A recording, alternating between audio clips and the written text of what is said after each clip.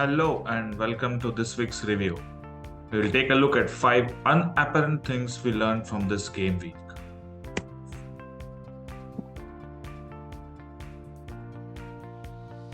There's another dimension to Jesus' game. So, what we have seen and what everyone has been saying so far is that he was not being fully utilized by Manchester City, and we can understand that. But now I think in Arsenal's team, he has been given a free role and everything goes through him. And some of the things that we witnessed in the game were unbelievable, especially the long ball from Ramsdale and the way he held up the ball and just the turn. And then he was very, very unlucky not to get that goal and amazing tackle by NDD. But I think there is so much to come from Jesus over the next few games, next season, many other seasons as well. So, Arsenal fans are rightly getting excited to see more of him. Martinelli, wow. I think the next best, other than Jesus, was Gabriel Martinelli. He was constantly up against Fofana, and Fofana was like he was on toast. He could have gotten a red card any moment. Martinelli was just toying with him, and the pressing was insane. And the pressing that he has been is not just for this game. He has been continuously doing it for the past game, and I think with the addition of Jesus, the effectiveness of that pressing from the front four has just taken to a new level.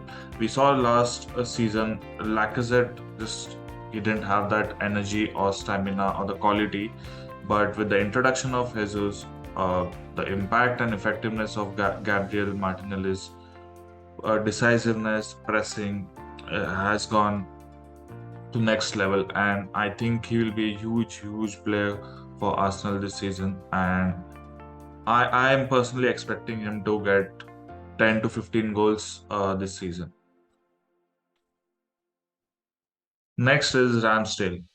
Uh, if you have watched the first two games, I think Ramsdale was crucial in his those key moments when the opposition could have scored. Against Crystal Palace, he made those two great saves one-on-one, and against Leicester as well, early on when Fofana just ran through the defenders, he made that stop.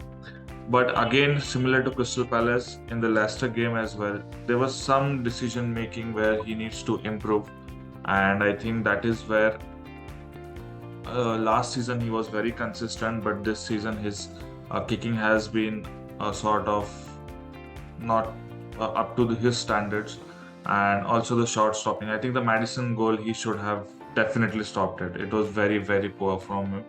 So he needs to pick up his game and get back to his old standards. Last season, we saw that Arsenal were very good defensively, compact, and they were not allowing the opposition to get many chances. But this season, in the first two games at least so far, what we have seen is the opposition are getting many clear-cut chances. I'm not saying half chances. Half chances, I know there are periods during the games where every team gets some chances to create, and it is part of the game. But with Arsenal, what I'm seeing is they are allowing too many clear-cut chances for the opposition, and that might be a worry against quality opposition. Or if sometimes what happens, the opposition has a good day, and everything that they shoot or create get into a goal. So they need to be careful and improve on that aspect if they want to achieve their targets this season. And last point, I personally believe Arsenal have a great squad. There's no doubt they can compete with Chelsea and Tottenham for the third and fourth place, and also it depends on the injuries. So my only concern is there are three positions where Arsenal definitely lack a backup.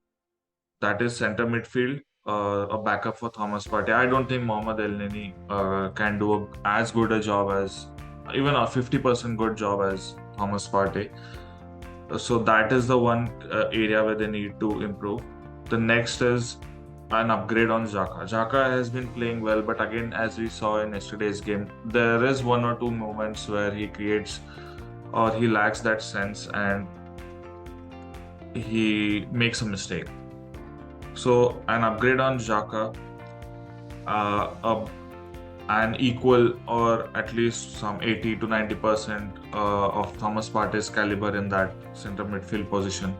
And they definitely need a goal scoring wide forward to challenge that spot with Saka. So we haven't seen much of Fabio Vieira yet, but what we are hearing so far is Fabio Vieira will challenge with Martin Odegaard for that number 8 spot on the right side. And so far on that right wing side, we have Saka and Pepe. Maybe Martinelli can switch position when Emil Smith Rowe plays. But I think that these three positions they need to address this season itself, because next season we don't know, the other teams might get stronger even more.